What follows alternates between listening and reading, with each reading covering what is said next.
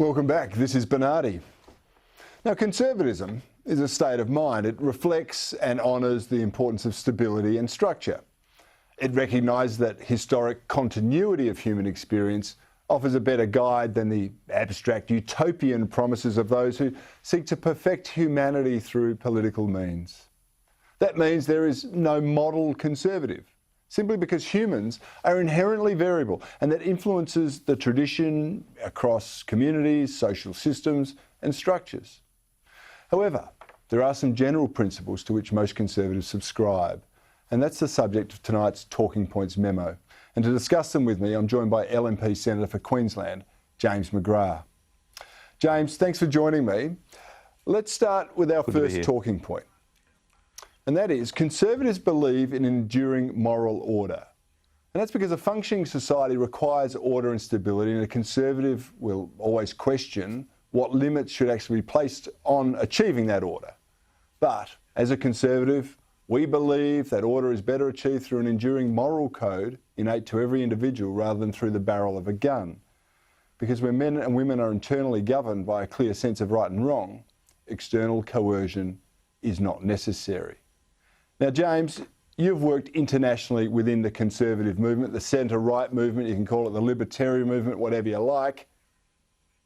Is this a common trait of the conservative ethos across the world? Totally.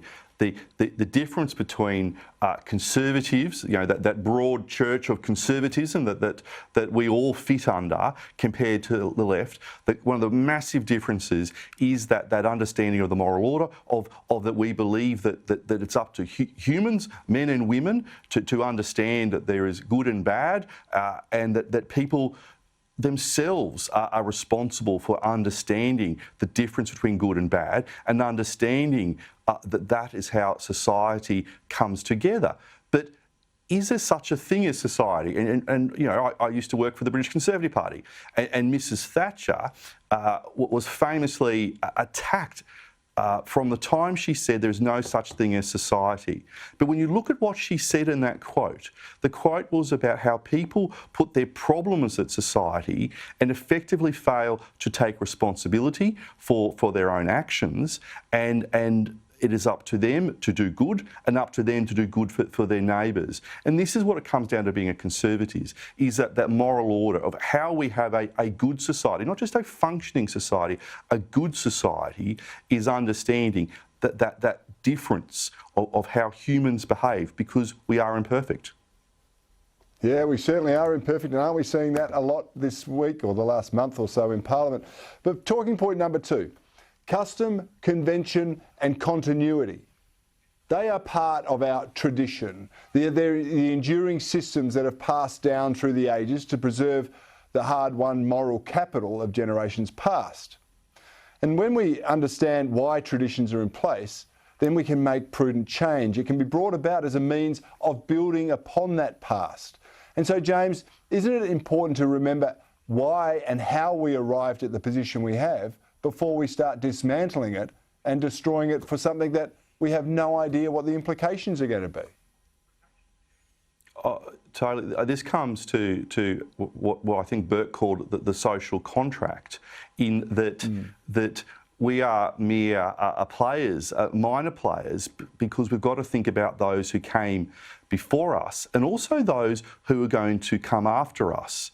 And when we think about how we operate as a society through these conventions, to suddenly tear them up, and this is where the left come in, and this is where we in Australia are actually under attack from the left, because they want to tear up these conventions.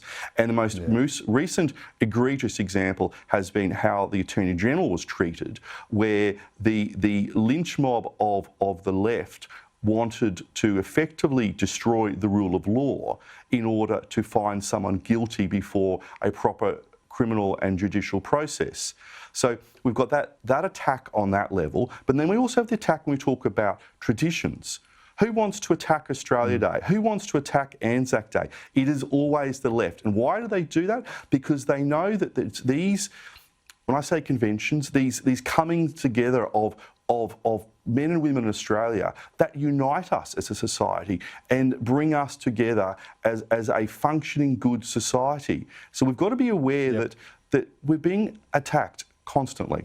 We are. We've been ruthlessly attacked. And I tell you what our great enemy tonight is, James, is time. And I've got a few more things I want to get off my chest here and discuss with you. Plato, this is talking point number 3. Plato proclaimed that prudence was chief among the virtues. Hence, conservatives believe that decisions should be judged on their own long-term consequences rather than fleeting popularity. And that's why conservatives celebrate healthy diversity, and they recognise that an individual's qualities, talents, capabilities and desires will shape their achievements much more than any social engineering process. We also understand there's no utopia because human nature is, as James McGrath said, imperfect, and there will always be injustice, suffering and maladministration. Haven't we seen that, James, in recent times? Certainly recent times. I'll just focus on prudence here. Why is it that conservatives, we are always obsessed about paying off the debt? You know why that is? Because we always look towards the long term. And state after state, federal government after federal government, we get in, we pay off the debt, we clean up Labor's mess, then Labor get in, the left get in, and then they live for the moment, and they get that boost of popularity, whereas we will make those tough decisions because we always look towards the long term, because we understand that we're in the middle of a journey that goes back hundreds, if not thousands of years in terms of how society operates. Yeah, James, we know talking point number 4, great civilisations are built on the foundations of private ownership, personal responsibility and the freedom to pursue long-term goals of individual interest. Now, the state always seeks to exert more power over these freedoms, and this has led Sam Francis to suggest that without a restraint on power, the morally bankrupt political elite crack down on the law-abiding citizen while becoming impotent to deal with the social dissolution they create through their social engineering. Is that what's happening in America right now, or what? In America and in other places. But this shows, and I go back to Mrs. Thatcher, her landmark policy of right to buy, allowing people to buy their council homes, to have that foot on the property ladder, to understand the importance of personal responsibility, to actually grow financially so they could grow in society. I mean, this is what conservatism is about. It's about understanding principles like property ownership, being able to own your own home, but what that does to society, selling off public companies so people can become shareholders. James McGrath, you're talking my sort of language. Thank you for being an advocate internationally for the principles of conservatism. And for you at home, before I go, there's one more talking point. The Conservative is not opposed to change and recognises that progress is vital for the ongoing development of civilisation and society. However, the desire for change has to be reconciled against the need to protect our enduring structures and the interests that give us stability and continuity.